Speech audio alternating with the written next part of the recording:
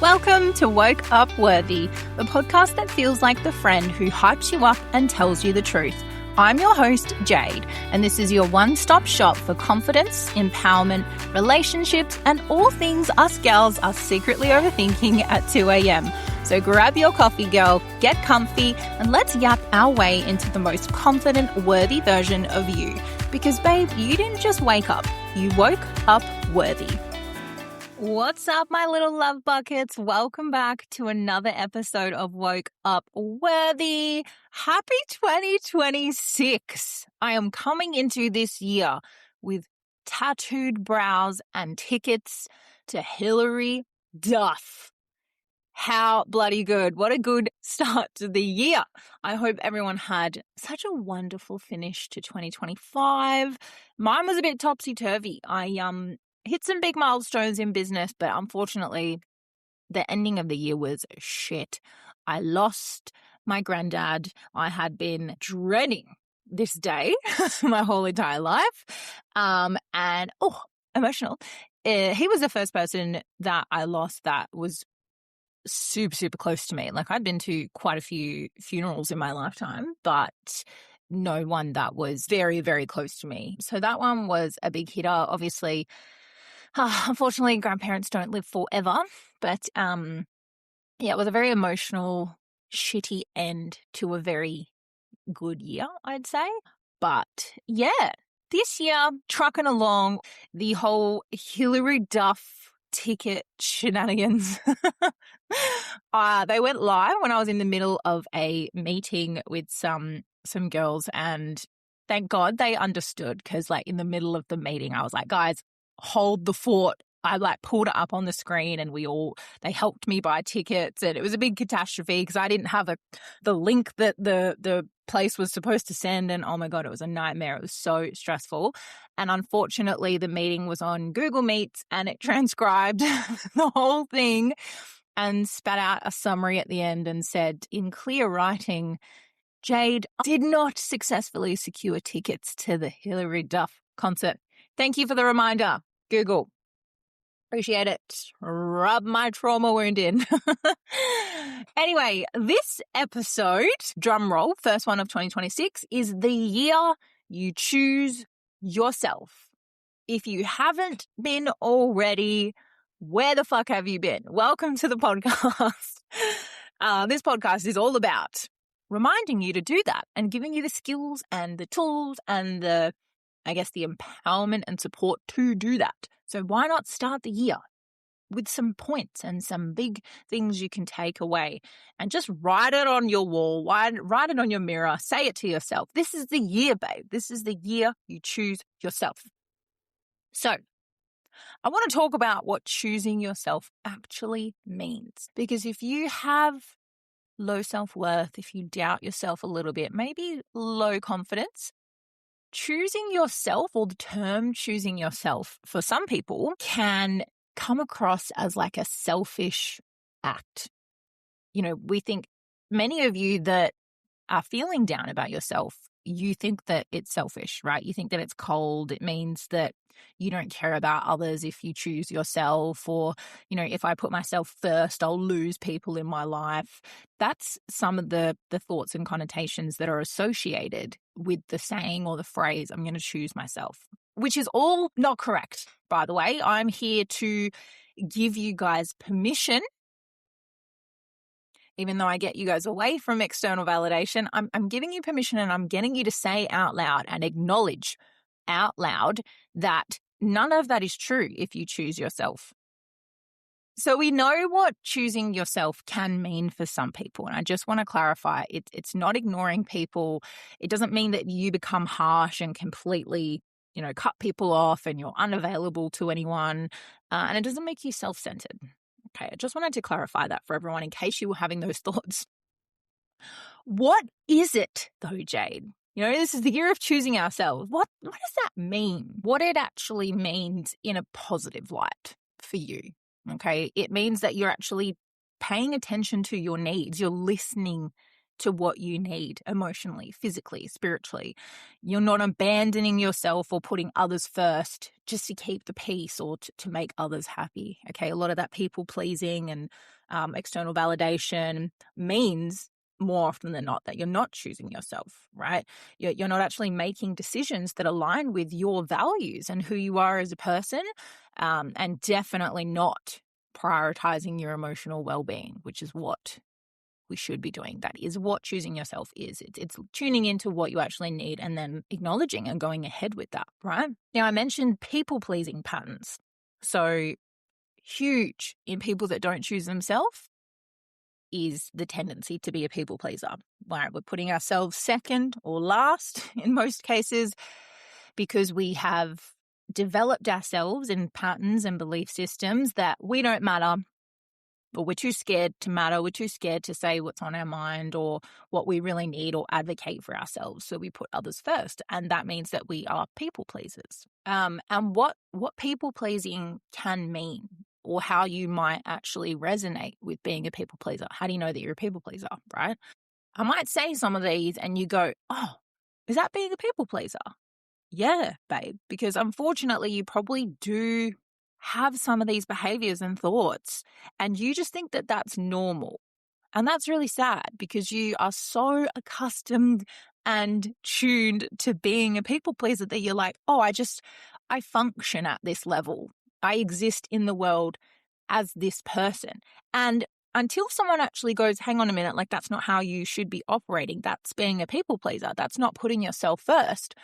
Then you feel like the emotional weight of that, the physical stress and weight of going, that's pretty tiring, actually, now that I think about how I've been operating in the world up until this point.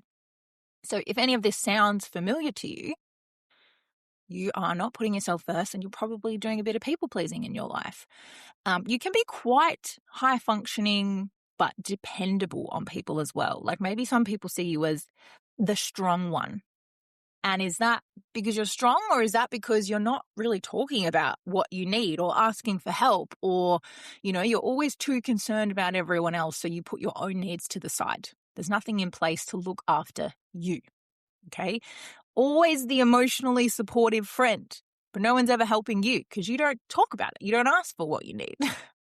Always explaining or over apologizing. How many times do you say something or you do something and it's very quickly followed up with an apology or explaining why you're taking up space or explaining why you've done something instead of just owning your sentence or owning your action because you're coming from a place of like, yes, this is what I need. Yes, this is what I deserve. It's like, I'm going to try and put myself out there, but in case anyone thinks that it's not okay, I'm going to quickly back it up with, sorry, do you mind if I say this? Or sorry, do you mind if I do that? Or just letting you know this is why I did it. It's almost like you take that first step of putting yourself first and then you completely backtrack by being like shy about it and uncertain, right? And obviously this comes with, it's very draining. You can feel overwhelmed at time, and definitely the anxiety of disappointing people. Am I making the right choices? Am I saying the right thing? Like imagine going about your life with every thought, every decision, every emotion is just filled with doubt. Like, was that right? The right thing to say? Was that the right thing to do? Fuck. And then you spend so much time and energy replaying the situations over and over, wondering if it's the right thing to do. Whereas what would make you feel more empowered and confident is just fucking owning everything you're saying and doing. Own your shit and know that it's right, because what you're doing is based off of being in complete alignment with yourself. You know that's what you need, so you're confidently asking for it. You know that's the action you need to take, so you do it fucking unapologetically. That's the difference. People pleasing often comes from a place of fear of rejection or of fear of conflict. Like, I'm too scared to voice my opinion or ask for what I need in case the other person doesn't give it to me, or in case the other person leaves or perhaps disagrees with what I'm saying, right?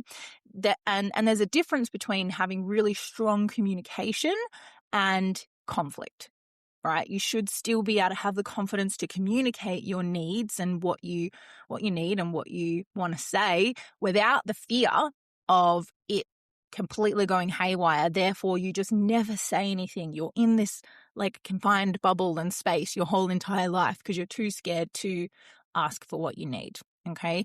And obviously what we've learned on this podcast and my programs and everything is it always comes from a place of conditioning, like childhood patterns. And it may not have been traumatic. It's just really subtle ways. It can be really subtle ways that you have been conditioned to not speak up when you need something, or, unfortunately, children are often seen but not heard, right? And that unfortunately develops into adult life as well. And it's almost like you crave validation in the world and you crave being seen and heard. And sometimes the only way to do that or put yourself in that position to feel seen and heard is wanting to feel worthy through usefulness. And sometimes that comes across as you helping everyone else but not yourself. Right? Do you think that you're useful and worthy if you just, I'm not, what's the word I'm looking for? I'm not problematic because I don't say anything. So maybe people will like me if I'm not problematic, right? Maybe people will like me if I don't always have an opinion. Fuck that. Say how you feel, right? And I know for a lot of us, if we're people pleasers, you probably have those ongoing thoughts of, if I just keep everyone else around me happy, then I'll be loved or I'll be accepted. Okay. And that's huge flags that you're probably being a people pleaser.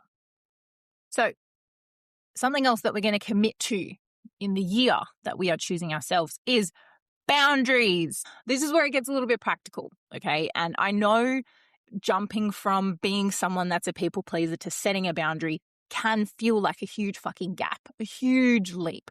Like, hang on a minute, I'm going from speaking what I need to actually setting something in place and setting a boundary? What? Like, where are the skills in between? So, okay, got you. And for some of us that have never set boundaries before, we think we have this idea of what a boundary is, and we think it's putting a wall up, giving people ultimatums or even punishments. And I just want to make you certain that that is absolutely not what a boundary is. Okay. Thinking in the context of putting yourself first, boundaries are just giving people clarity, right? Just communicating very well what you will and won't tolerate, what kind of respect you're looking for. That's all it is. You're just providing people with clarity. Boundaries are really good if you don't know people as well. Not everyone operates the same. Not everyone's comfortable with the same things. Not everyone values the same things. That's why boundaries are so fucking important, because they're a big part of building relationships. Like, oh, I'm sorry, like I didn't realize I stepped over the line. No worries. I understand that's your line or that's your boundary, right? And people don't know what your boundaries are unless you communicate them. Boundaries are very, very big for self-respect. If you're not setting boundaries or communicating what you need clearly, it's very clear that you're not respecting yourself. You don't value yourself enough to put some guidelines in place for people. Like, here's my manual of how to respect me. Read it. That's what a boundary is, right? And you owe it to yourself as an emotional responsibility to set boundaries for people, because what frustrates me a lot, and I am gentle with this, is some people don't know how to communicate or they struggle to communicate. But what frustrates me about this for some people is they expect people to know everything about them. They expect people to know their boundaries and what they do and don't like, and, but they have never, ever communicated it. Like, we can't read your mind. And like I just said, everyone is so different in what they need and what they want. And unless you tell me that, and I haven't known you for fucking 30 years, I'm not going to know that. I've just met you. Do you know what I mean? So that's why communication is so important, not only for yourself so that you are helping people understand you and what you need and what you like, but also just like in your career, in the workplace, in your friendships, in your romantic relationships, right, with your family. It's just so important to communicate your boundaries. Boundaries don't have to be a huge thing. It can even be like day to day, even with yourself as well. Like, set boundaries with yourself. Just some examples, obviously, for a lot of us that have friends, maybe some of us are introverted. Some of us are just working really hard and we might get super exhausted by the end of the day. Saying no to plans when you're exhausted. That's a boundary. Like, how many of us get home and we feel guilty? Ugh, I hate that word. We feel guilty for saying no. Like, I'll just go do it anyway because I want to make that person happy. But you are not okay. Like, you need a break, right? That's not respecting yourself. That's not putting yourself first. So we're going to stop doing that, okay? Stop over-explaining your decisions. There's no need to over-explain your decisions. That's boundaries, right? Leaving a draining conversation. This is a big one. And I actually put this in place this year. Really difficultly, if that's a word, difficultly? Is that a word? I'm going to Google that. Difficultly. It is. Woo! Look at me, A++.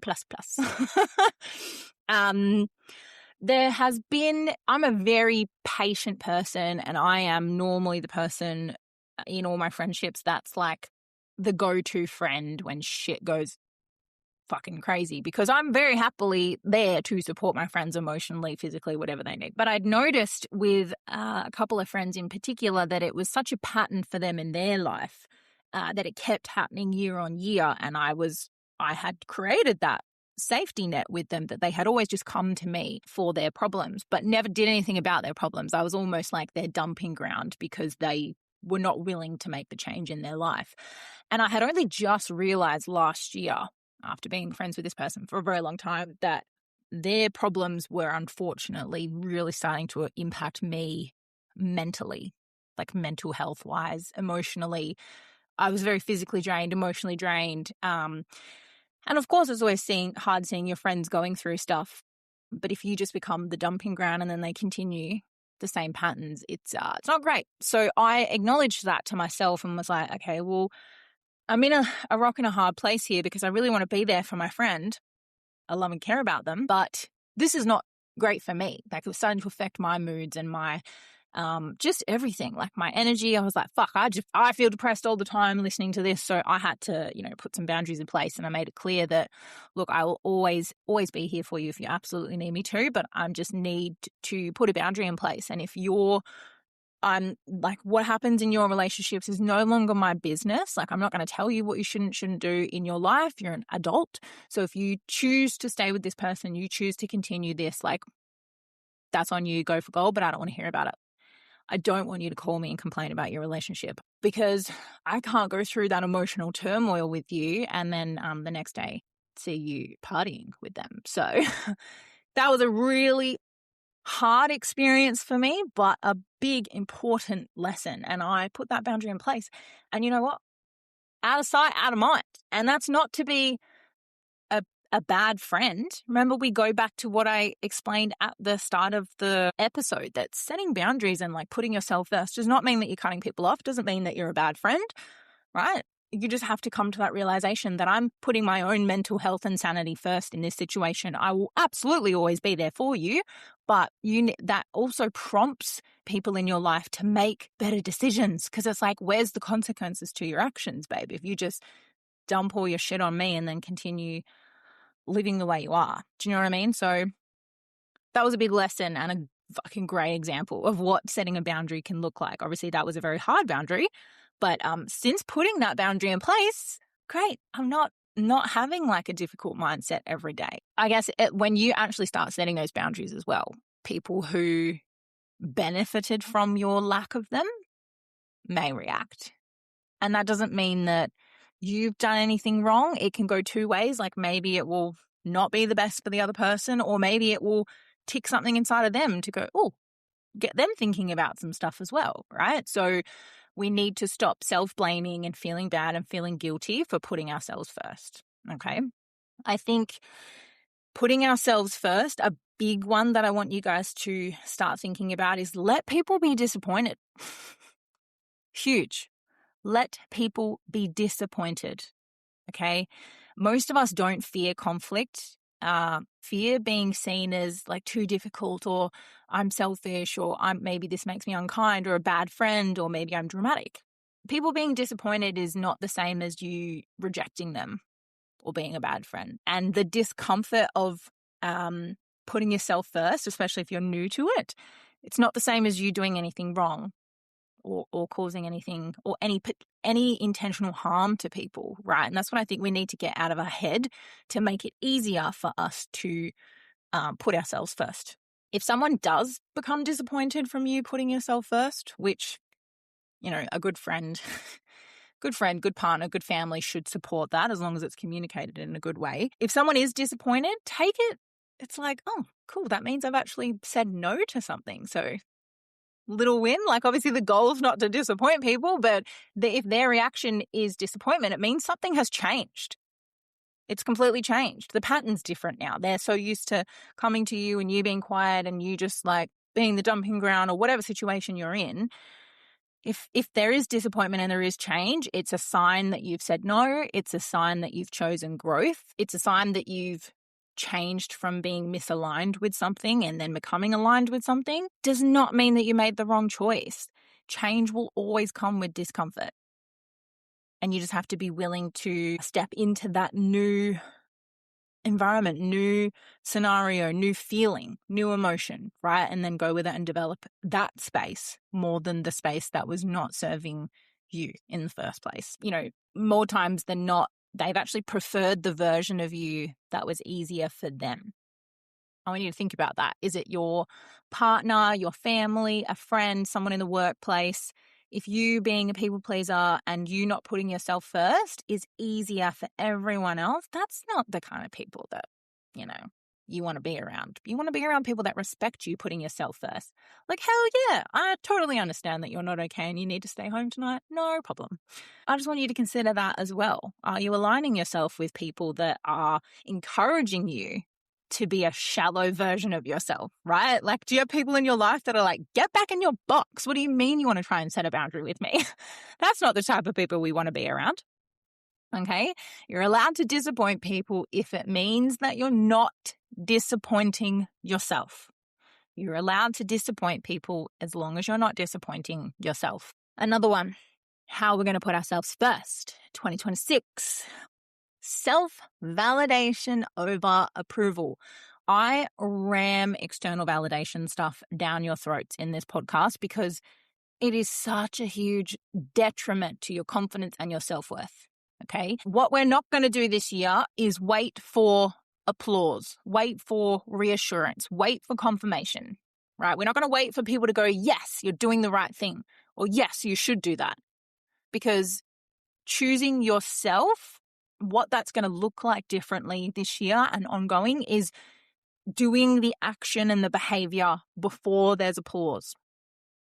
We're going to do it before. We don't need that initial, yes, good job, okay? We're going to trust our gut without external proof.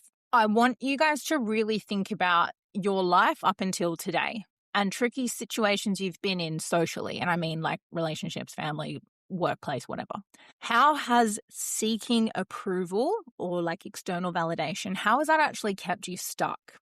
Have you been wanting to start a business for fucking ages and you're like, oh, will people like me? Am I going to say the right thing? Will this even work? Will people take me seriously? Have you wanted to speak up in a friendship when something's really been hurting you and you feel like you're being taken advantage of, right? And you kind of contemplate on how to say it or what to say it. Have you held back from saying anything because you're afraid of what they might say or what will happen from your words? Trusting your gut, trusting your word, and forcing yourself to be in alignment with what you truly need, that's what's going to build your confidence. Okay. And silence from other people in those scenarios or change in scenarios, again, reminder, does not equal failure. It doesn't. Change is uncomfortable, but it's going to happen. That confidence, you have to keep practicing, and it's going to come from validating and putting yourself first. That's it. Okay. And on that, the growth that comes from putting yourself first, man, the only way to get to know yourself and to be a better version of yourself is to do things differently than you've always done. if you are not a confident person. There is no point doing the same things over and over again, just hoping, wishing, and waiting and wanting that one day you're just going to wake up and go, woo, like I value myself. I'm a confident person now. No, we need to stop the behaviors and stop the patterns that have gotten us to the point of being this self-doubt ridden version of ourselves. Okay. Growth and developing yourself will sometimes cost you comfort, because we have to get outside our comfort zone. It's going to cost you familiarity, being familiar with things. I can't say that word, familiarity. Wow. It's going to cost you brain cells, apparently. You guys know what I'm saying. Wow. It may cost you certain relationships and you will no longer be seen as the easy one. But who the fuck wants to be the easy one? What a terrible reputation to have. Hang around Jade because she's quiet and easy to deal with. No thanks. But what approval will get you is your true identity, like who you truly feel like you want to be and probably are at your core. It's like screaming to come out because you're suppressing it for so long, right? You get your voice and you get long-term happiness as well as that true inner alignment yourself. Are you guys actually living to be approved? Like, are you making decisions every day to seek validation? Or are you trying to live a life to feel more confident, more worthy, and in alignment with who you truly are? So I want you guys to really contemplate how you've been showing up in your everyday life up until you've just heard all of this, okay? I want you to move from I feel guilty for wanting more, I feel guilty for wanting to put myself first, to I'm allowed to want more. I deserve more. I deserve to be heard, seen. I deserve to not feel compressed in a box, but to shine the way that you deserve. And I want you to choose yourself this year. Even if you pick one of the things that I've said, is it boundaries? Is it stopping seeking external validation? Communicating what you actually need or feel in the moment. Pick one if it's hard to do all of it. Remember, we're not going to wake up tomorrow and be like, cool, I heard that one episode, now I'm worthy. Even though I told you woke up worthy. You did. Everyone wakes up fucking worthy, but I just need you to believe that every morning. And to actually feel and believe that within yourself, you need to walk the walk, not just talk the talk, okay? You need to genuinely believe that. And to do that, you need to do the actions that are going to prompt your brain to go, fuck yeah, I'm worthy. Fuck yeah, I feel confident. Yeah, I said that. Do you have a question, right? Instead of, should I say it? Or then say it and apologize, right? Huge difference. Like, back yourself, okay? Some things that you can take away from this episode. So if you've already been thinking about different scenarios, if these tools have prompted a memory for you and you go, shit, yeah, I did that, okay? Moving forward, or if you want to reflect further, I want you to consider where you've been abandoning yourself to avoid discomfort or conflict. Who would you be if you weren't afraid of disappointing people? Oof, that's a big one. Big one. And I can say all this from experience. I didn't come out the womb. Actually, I did come out the womb worthy. It's just things along the way deteriorated my worth for myself, right? So let's get back to womb. Let's get back to the womb. Oh my God, where am I going with this? What does the version of you look like that shows up unapologetically and doesn't apologize, doesn't be afraid of wanting to disappoint people? And another question, what decisions have you been avoiding because you're waiting for approval? Or what conversations have you been avoiding because you're afraid of what will happen? And take it really small steps so it feels achievable for you.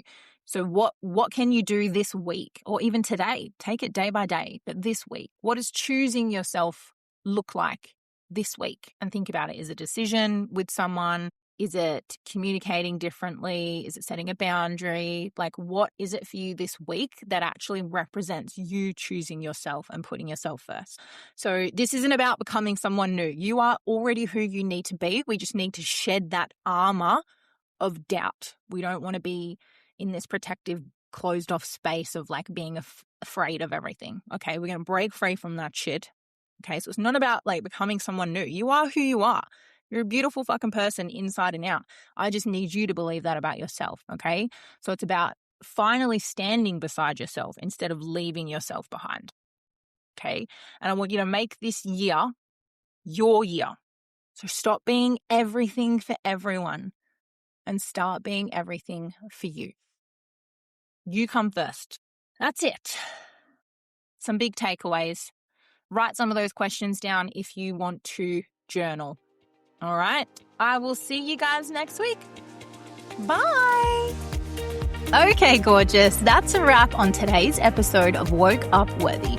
If this spoke to you, don't forget to follow the pod, hit that bell, and drop a 5-star review so more gals can find this space too. If you're needing some extra support, confidence tools, and maybe some behind-the-scenes goodies, tap the link in the description to connect with me and join the community.